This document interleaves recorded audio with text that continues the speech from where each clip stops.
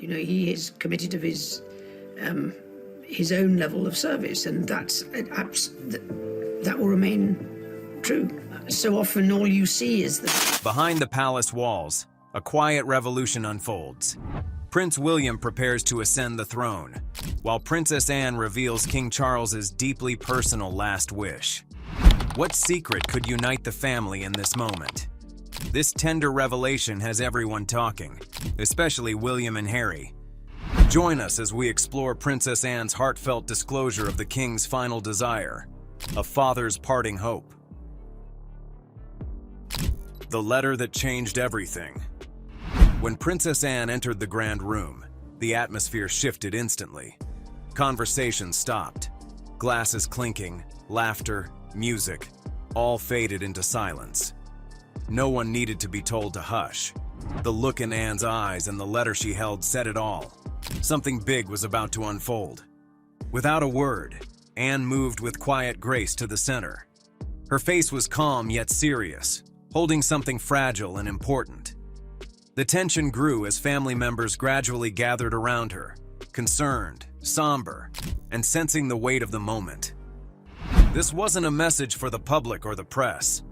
According to sources, it was a private letter from King Charles to his sister, the one he trusted most. The seal was still unbroken, emphasizing the letter's secrecy.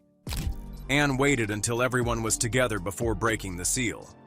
The sound of tearing paper filled the stillness, and time seemed to slow. Her voice, soft yet firm, broke the silence. The letter wasn't filled with sorrow or regret. Allegedly, it was warm, comforting, and focused on the future, not the past.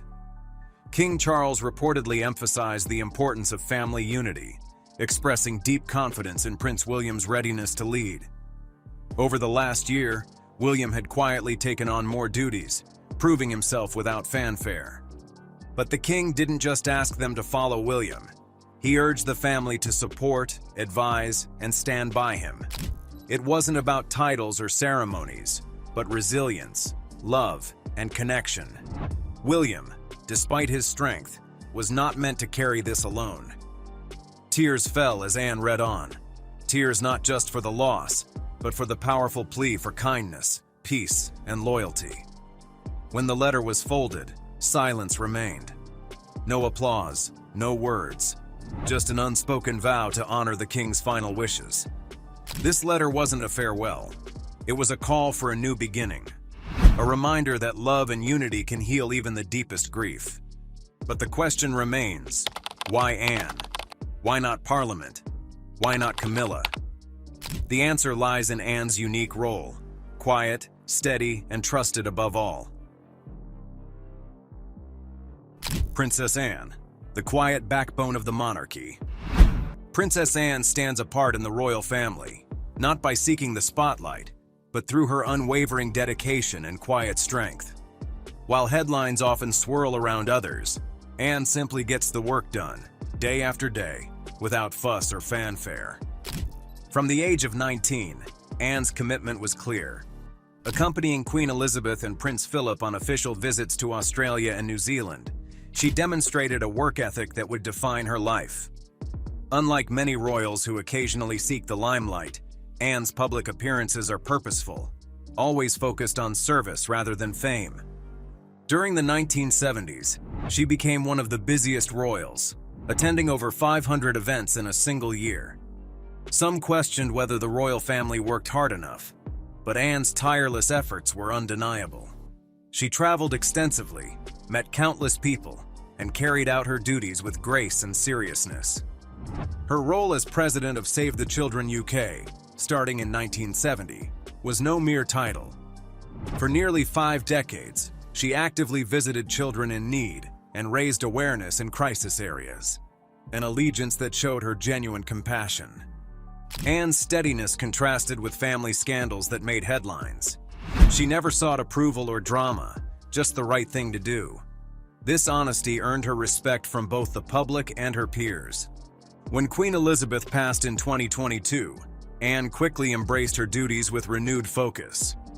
At King Charles's coronation in 2023, she was appointed Gold Stick in Waiting, tasked with leading a military parade and serving as the king's personal guardian, symbolizing his trust in her. The same year, she became a counselor of state, authorized to manage the king's responsibilities when he was unavailable, signaling her elevated role in the monarchy. By early 2024, as King Charles's health waned and others stepped back, Anne re-emerged as the most active royal, attending nearly a third of all official engagements in just 4 months. She visited communities long untouched by royal visits, earning heartfelt appreciation. Her influence extends internationally. In 2024, she represented the king in Sri Lanka's 75th independence anniversary, and later commemorated the 80th freedom anniversary of Guernsey and Sark, underscoring her diplomatic role within the Commonwealth. Anne's support for the military remains steadfast. Her visits go beyond ceremony. She listens and connects with veterans and their families, reinforcing her genuine care. She also champions everyday heroes. In 1991, she founded the Princess Royal Trust for Carers, spotlighting unpaid caregivers. Even after its 2012 rebranding to Carers Trust, Anne remained closely involved, showing deep commitment to this often overlooked group. An accomplished equestrian, Anne made history as the first British royal to compete in the Olympics in 1976, a testament to her dedication beyond royal duties. Her daughter Zara continues this legacy, proving it's more than just a pastime. Allegedly, Anne supports King Charles's vision of a smaller, more modern royal family, but warns against shrinking it too much, believing the public still values royal visibility and representation. She's known to quietly mentor Prince William, offering guidance through example rather than words. Surveys in 2023 and 2024 indicate Anne is among the most respected royals, admired for her steady, no-nonsense approach. In a world where royal drama often dominates, Anne quietly holds the monarchy's fabric together, leading without spectacle and serving without seeking applause. Her life shows that true strength lies in resilience, commitment, and silent perseverance. Prince William, the making of a modern monarch. Prince William's journey toward the throne began the moment he was born on June 21, 1982, at St. Mary's Hospital in London. As the eldest son of Prince Charles and Princess Diana, he immediately became second in line to the British crown. Since then, the world has watched closely, following every step of his life. Even as a child, William's life was far from ordinary. Yet, Princess Diana insisted on giving him and his brother Harry a taste of normalcy, taking them to fast food joints, amusement parks, shelters, and hospitals. These outings weren't just fun escapes. They taught William empathy and a real-world understanding that would shape his future leadership. Despite royal duties, William remained a playful and curious boy, known by affectionate nicknames like Wombat from Diana and Willie from Harry. But as he matured, he grew thoughtful and serious, especially during his school years. Diana once called him her little sage, a testament to his early wisdom. At just 9, William made his first official appearance, stepping into royal duties alongside his family on trips abroad, including Canada. Yet tragedy struck when Diana died in 1997. William was only 15, suddenly forced to face a harsh world. The iconic image of him and Harry walking behind their mother's coffin became a defining moment, one that accelerated his growth into adulthood. William continued his education at Eton College, where he studied geography, biology, and art history, while staying active in sports like rowing and water polo. Despite attempts to blend in, he remained a magnet for the media spotlight. After graduation, William took a gap year traveling and volunteering, broadening his worldview in places like Chile and Africa. In 2001, at St. Andrews University, he met Catherine Middleton. Their friendship eventually blossomed into romance, culminating in marriage and Catherine becoming the Princess of Wales. William's military career began at Sandhurst in 2006, followed by Royal Air Force training. By 2009, he was flying rescue missions out of RAF Valley in Wales, participating in over 150 operations. These real-life experiences taught him courage, leadership, and humility, qualities vital for a future king. At 21, William was appointed a Counselor of State, allowing him to act officially on behalf of the Queen. His overseas visits, including New Zealand and Australia, were marked by genuine warmth and approachability. People appreciated his humble nature and sincere interest in others. In 2010, he piloted a helicopter rescue near Liverpool and aided sailors in the Irish Sea during a storm. By 2012, he had spent weeks supporting missions in the Falklands. Though stepping back from active duty in 2013, William remained connected to the military through memorials and events. Unlike his brother Harry, who stepped away in 2020, William stayed committed to royal duties. Alongside Catherine, he took on causes close to their hearts: mental health, children's welfare, and environmental protection. Their compassionate leadership style earned widespread respect, portraying them as a steady, caring team. William's preparation for kingship has been patient, deliberate, and deeply rooted in experience. From childhood joys to personal loss, from frontline rescues to public service, he's building a foundation of empathy and responsibility. According to sources, he is not rushing, but gradually embracing his role as the nation's future leader. By his side is Catherine, steady, gracious, and devoted, embodying a modern royal partnership that balances tradition with approachability. Together, they are quietly redefining what it means to serve the public in the 21st century. Prince William is not only the heir apparent, but through his actions and character, is proving himself a capable and compassionate future king. Kate's quiet rise, from university friend to future queen. When Kate Middleton entered William's world, it wasn't just a new relationship. It was the start of a transformation for the monarchy. Born into immense expectation, William carried the weight of a future crown, his life under constant scrutiny, and marked by both joy and tragedy. But then came Kate, steady, compassionate, and quietly powerful. Their story began at St. Andrews University in Scotland, where friendship slowly blossomed into love, watched by a curious public hoping for something real. Their 2011 wedding at Westminster Abbey wasn't just a royal event, it was a new chapter.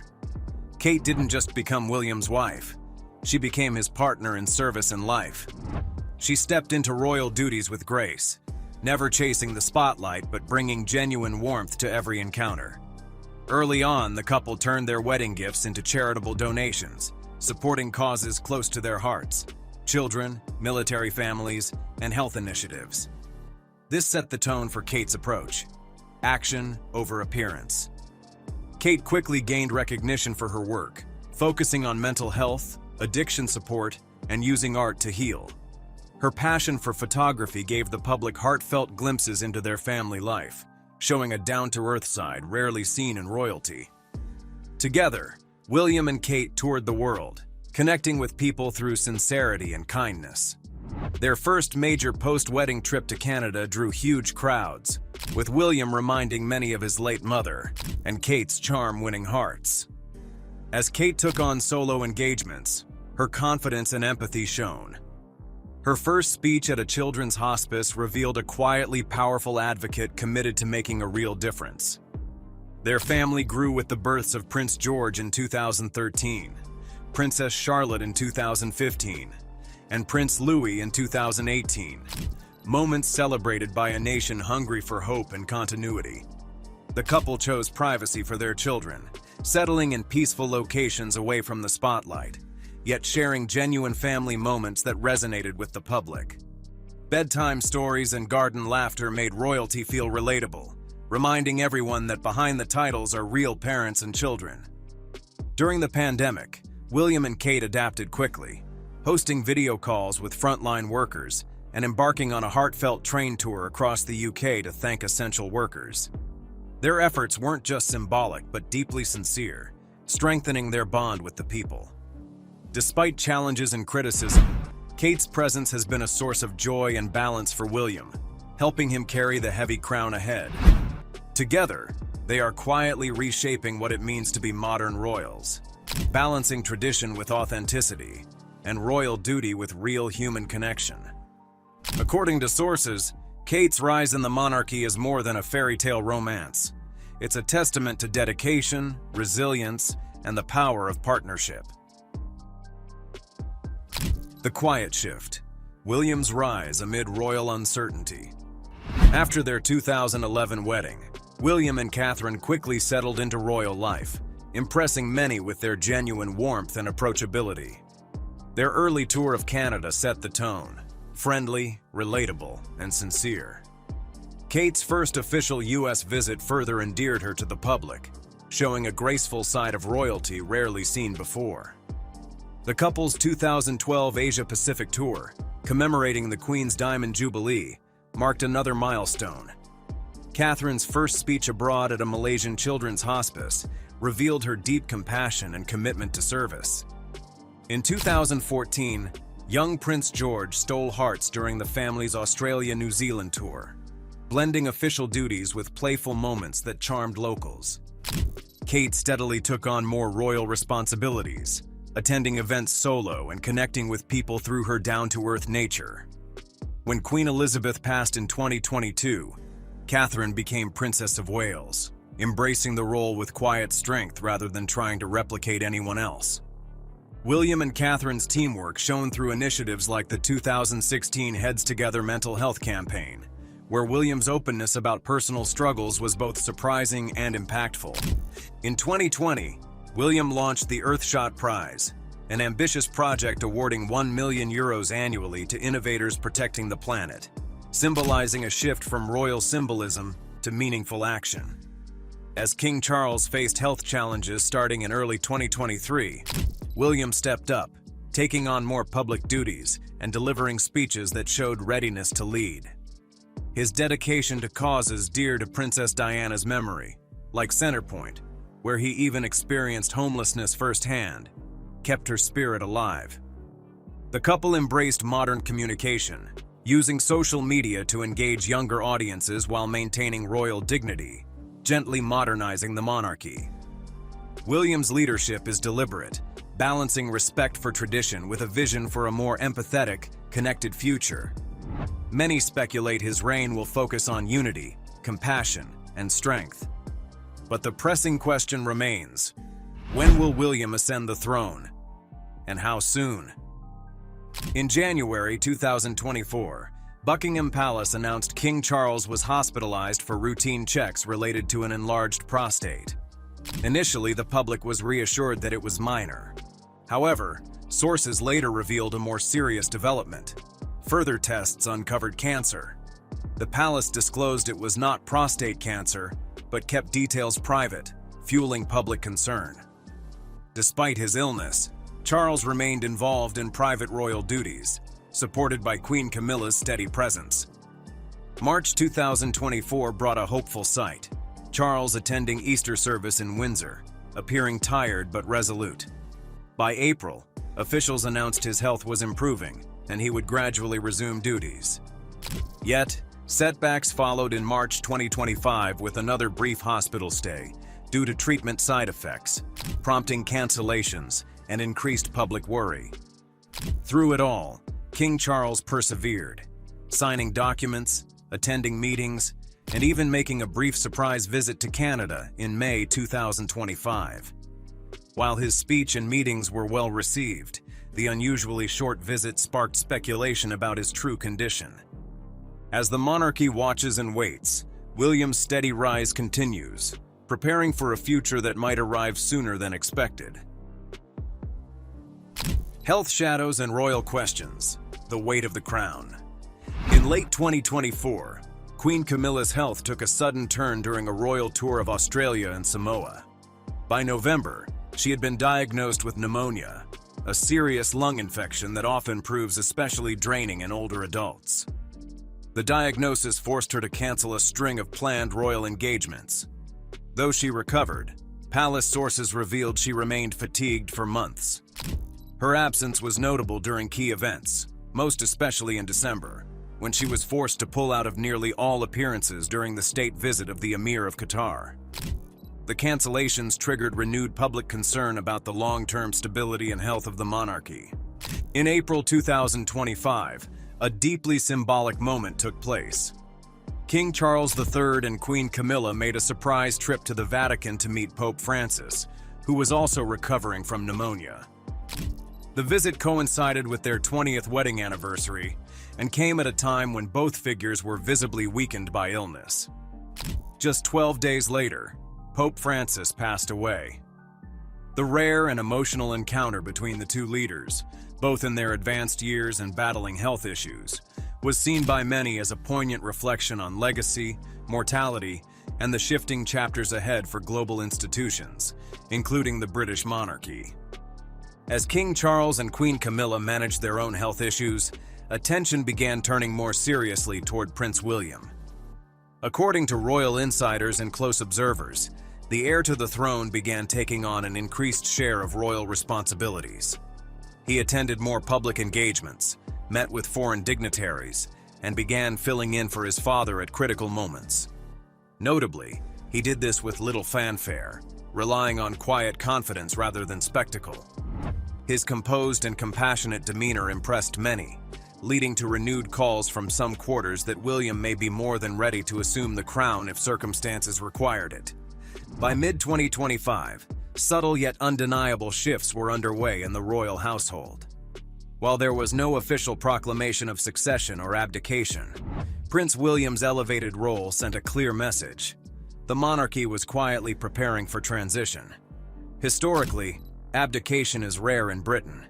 When it happens, it's seismic.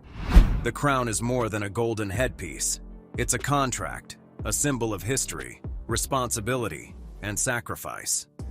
When a monarch steps away, willingly or otherwise, it becomes a moment etched permanently into national memory. The shadow of Edward VIII's abdication in 1936 still looms. His decision to leave the throne to marry American divorcee Wallis Simpson remains one of the most dramatic events in royal history. Though King Charles faces no such romantic dilemma, the whispers of abdication due to health echo eerily through royal halls. Could history be preparing to repeat itself, but under very different circumstances? Abdication in other monarchies offers some precedent. In 1668, King John II Casimir V Vasa of Poland left the throne due to failing health and political pressures. In 2014, Spain's King Juan Carlos abdicated to usher in a younger, more modern era under his son, King Felipe VI. These transitions were not signs of weakness, but deliberate steps toward continuity and future readiness. Could Britain be next? Buckingham Palace maintains that King Charles remains actively engaged with his constitutional duties. Allegedly, he continues to meet ministers, sign critical documents, and maintain correspondence despite cancer treatments. In May 2025, he made a surprise 20-hour visit to Canada, delivering a brief but rousing speech to Parliament. While the visit was short, royal watchers noted the symbolic power behind the gesture. A monarch still committed, still present, still capable. Still, cancer is an unpredictable foe, especially for someone in his late 70s. Despite palace reassurances, public curiosity and quiet concern persist. No abdication has been announced, but with Prince William's presence steadily growing and Queen Camilla still regaining strength, the question quietly rises in conversations across Britain and beyond. Could the crown pass sooner than anyone expected? For now, the monarchy stands at a delicate crossroads, balanced between tradition and inevitability, duty and legacy, past and what comes next. The quiet countdown, preparing for a new era. In recent years, Prince William has steadily taken on more public responsibilities, engaging with global leaders, attending high-profile occasions, and executing his duties with a blend of composure and grace. It is widely believed, according to palace insiders, that this gradual increase in his role is part of a careful grooming process for the future king. There is no official roadmap signaling an immediate change in the monarchy. The line of succession remains clear and straightforward. However, if King Charles were to decide to step down, the process would be anything but simple. Laws across the United Kingdom and other Commonwealth realms such as Canada, Australia, and New Zealand would need to be revised and approved, turning abdication into a complex, multinational affair. Looking back, King Edward VIII's abdication in 1936 was a sudden yet carefully managed event, executed with urgency but legal precision. Should a similar situation arise today, it would require even greater coordination and diplomacy. Royal aides and government officials are, allegedly, quietly laying the groundwork to be ready for any potential shift. Meanwhile, Prince William and Princess Catherine are visibly increasing their public duties. They are attending more events, meeting influential leaders, and championing important causes with unwavering dedication. Their active presence signals to the public that they are both prepared and willing to shoulder more responsibility if called upon. The media spotlight on King Charles intensified following his cancer diagnosis. Rumors of an impending resignation have swirled, though Buckingham Palace consistently denies such claims, urging the press to respect the king's privacy during this sensitive time.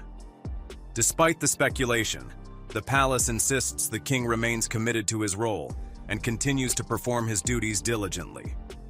Behind the scenes, however, preparations are reportedly underway for every possible outcome. The monarchy is delicately balancing the demands of the present with the inevitability of future change. Staff are said to be coordinating with government officials across the Commonwealth, ensuring protocols are ready and communication channels remain open. This moment in history is remarkable, defined by quiet transitions, unspoken anticipation, and the steady march toward a new era. The crown symbolizes continuity, tradition, and responsibility, but it also embodies change. As Prince William and Catherine prepare to take on ever greater roles, the world watches closely, wondering, when will the crown pass? And how will this historic chapter unfold? The countdown may be silent, but it is unmistakably underway. What do you think the future holds for the British monarchy? Share your thoughts in the comments, and don't forget to like, share, and subscribe. Turn on the notification bell to be notified of our latest uploads. Thanks for watching.